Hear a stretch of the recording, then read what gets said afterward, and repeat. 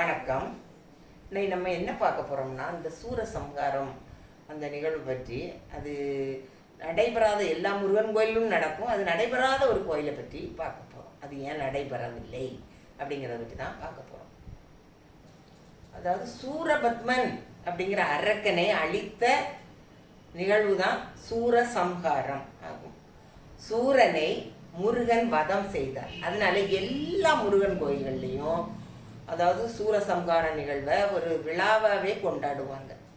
கந்த சஷ்டி விழாவில் 6ஆம் நாள் இந்த விழா எல்லா முருகன் கோயிலையும் கொண்டாடப்படும் சூரசம்ஹார நிகழ்வாக.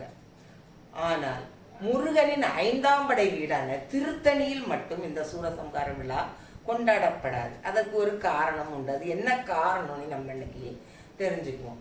என்னன்னா, அதாவது சூரனை வதம் செய்த பிறகு முருகப்பெருமான் சினம் தணிந்து அவர் போய் அமர்ந்த தலம், அமர்ந்து பக்தர்களுக்கு அருள் வழங்கும் தலம் என்பதாலேயே இந்த தலத்தில் திருத்தணியில் சூரசம்ஹார நிகழ்வு நடைபெறாது.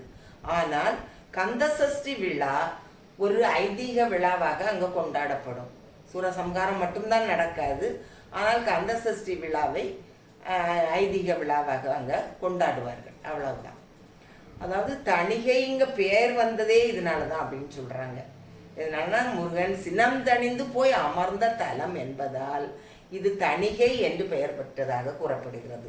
பக்தர்கள் இப்ப கூட அந்த தணிகை திருத்தணிக்கு போனாங்கன்னா அவங்களுக்கு எவ்வளவு கோபம் இருந்தா கூட அவங்க சினம் தணிந்து சாந்த குணமுள்ளவர்களாக ஆகிவிடுவார்கள் அப்படின்னு சொல்லுவாங்க. அந்த தலத்துக்கு அப்படி ஒரு தன்மை உண்டு அப்படின்னு சொல்லுவாங்க. திருத்தணி சென்று முருகனை வழிபட்டாலோ அல்லது அவரை மனமுருக வேண்டினாலோ அவரை நினைத்தாலோ இல்லை திருத்தணி நோக்கி 10 அடி நடந்தால் கூட